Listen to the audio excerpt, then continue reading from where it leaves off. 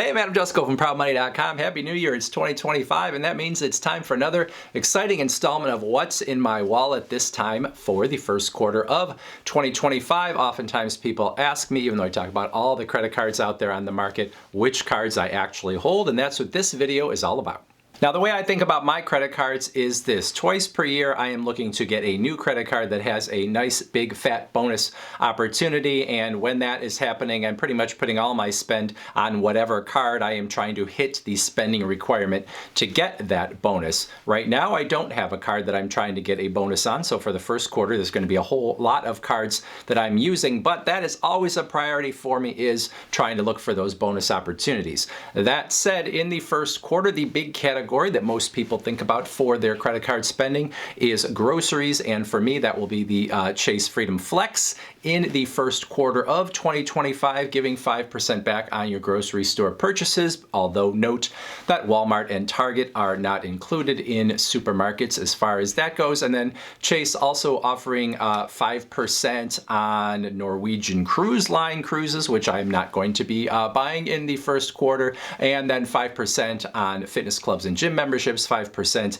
on hair salons and spas and that sort of thing. Maybe I'll throw a haircut or two in there. That'll be 5 points per dollar in the Chase Ultimate Rewards program, which means ultimately with the Chase Sapphire Preferred that I have, I could potentially get 6.25% in rewards if I use it for travel through the Chase Travel Portal. So that's why I'm going to go with that one, because actually I could just get 5% cash back through the AAA Daily Advantage card, which is the card I usually use for grocery store purchases, and who knows, I might use it a little bit in this quarter as well. And then if we really go even further and have a backup, I have the American Express Gold card that I got for the big fat 100,000 point bonus last year, and now that I have the bonus, it's a little harder for me to figure out how I'm going to use the American Express Gold, but it might end up being somewhat in the grocery store purchases. Next up, in what I consider the big three purchasing categories, is gas, and for that I will use the Citi Custom Cash Card. This is a card that gives you 5% cash back in the purchasing category where you spend the most each billing cycle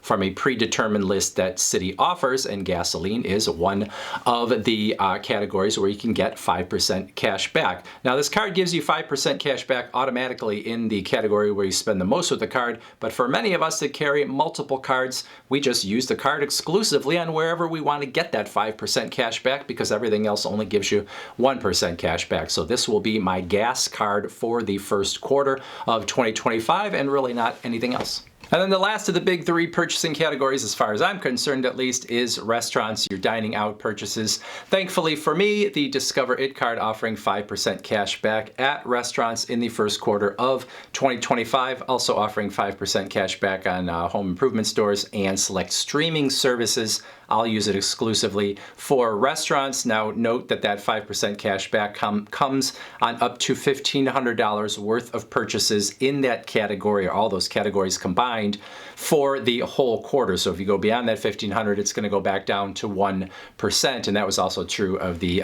Chase Freedom Flex card that we talked about earlier. So I'll probably spend over that because I have a big dining out budget. So I will use this until I get to the $1,500, and then probably my backup will be the Amex Gold card, because this one is going to give 4 points per dollar on those restaurant purchases. There's also a $50 Resi credit in the first half of the year that maybe I will take advantage of in the first quarter. And then you also have the $120 dining credit, or up to $120 dining credit, which is essentially $10 per month. So maybe I'll make some use of that. All right, next up is travel. I'm very excited in the fact that I have a lot of travel in the first quarter and the whole first half of 2025. Going to go to LA in early February, Miami in early March. I've never spent any time in LA, even though I am super old, and so if you are from LA and you have recommendations, let me know in that comment section below. But anyway, to pay for the flight,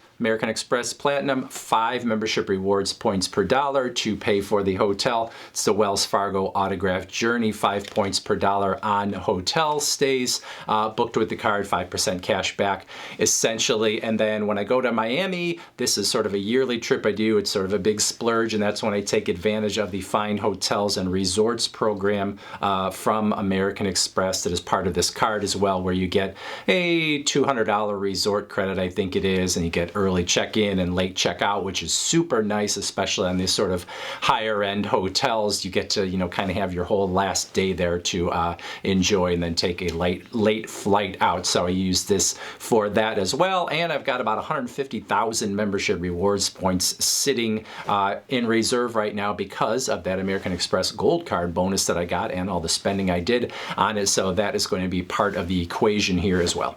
Now, as always, I have some specialized cards for certain purposes, like the 5% back that I will get on the Amazon Visa when I make purchases at Amazon. Because I am a Prime member, you get 5% if you have the card.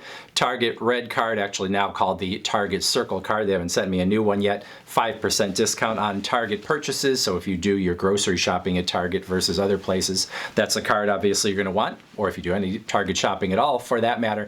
And then I also do have the Verizon Visa, which really for the most part I only use to pay for my Verizon bill because it gives me a discount. But this can actually be a pretty nice rewards card if you don't want to hold too many, because you get 4% and 3% in sort of your big purchasing categories. So I don't use it a whole lot, but it's nice to have around. And then for almost all other purchases I make, it's going to be one of these cards, either the Citi Double Cash, which gives 2% cash back on all of your purchases, or the Capital One Venture X, which gives 2 Venture miles per dollar on all of your purchases, which is essentially 2% back in travel rewards. Now, normally I would just take cash back over these sort of generic travel miles from Capital One, except this is a whole bigger animal in terms of being a travel card that has a $350 annual fee and a $300 travel credit, and then a yearly 10,000 mile credit that you get when you pay your annual fee again. So there's motivation to use this card because I have so many other miles with it and that I'm going to want to redeem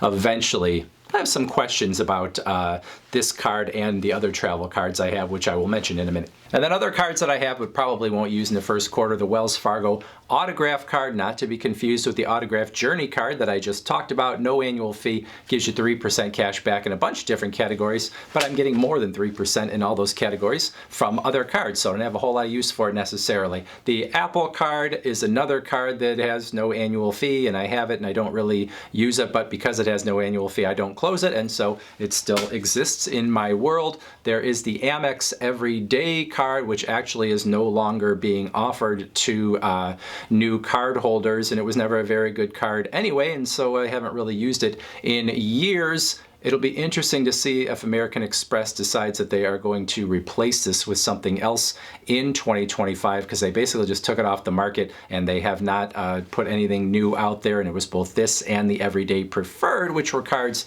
that some people in the membership rewards program liked to have as sort of fallback cards. And then finally the Chase Sapphire Preferred, the travel card from Chase that can be nice to have if you have other Chase cards and you pool your points and use them for travel. But I hardly ever use this card for actual purchases, which brings up another topic.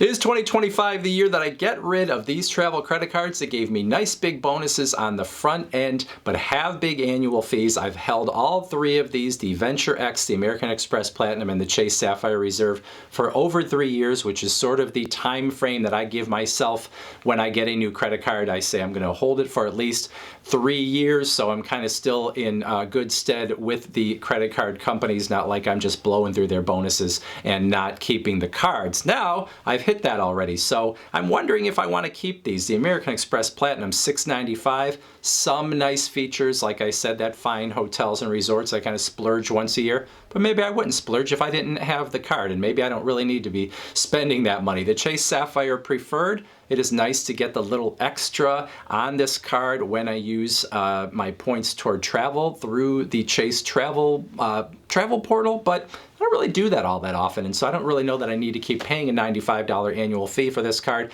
And then I also have the Venture Exit. It's what, $350, $375? I can't even remember what it is. And this card can be good, and you can sort of say that it pays for itself because you get a $300 travel credit and you get 10,000 miles per year, but you're still paying basically to get the same money back to you in a lot of ways. So now that I got the bonus a few years ago, do I still really need this card? I don't know if I need any of these cards, and I still have the American Express Gold card, which I got last year because of the big bonus. That's $350 per year, and I'm not even at 1 year with that one yet, so I'm going to be paying the annual fee on that for a couple of years. That Wells Fargo Autograph Journey has a $95 annual fee, so I kind of want to pare down the annual fees, spending probably around $1,200 per year now in annual fees on these cards, and probably not getting $1,200 of value anymore. All right, tell me what credit cards you are using in the first quarter in the comments section below.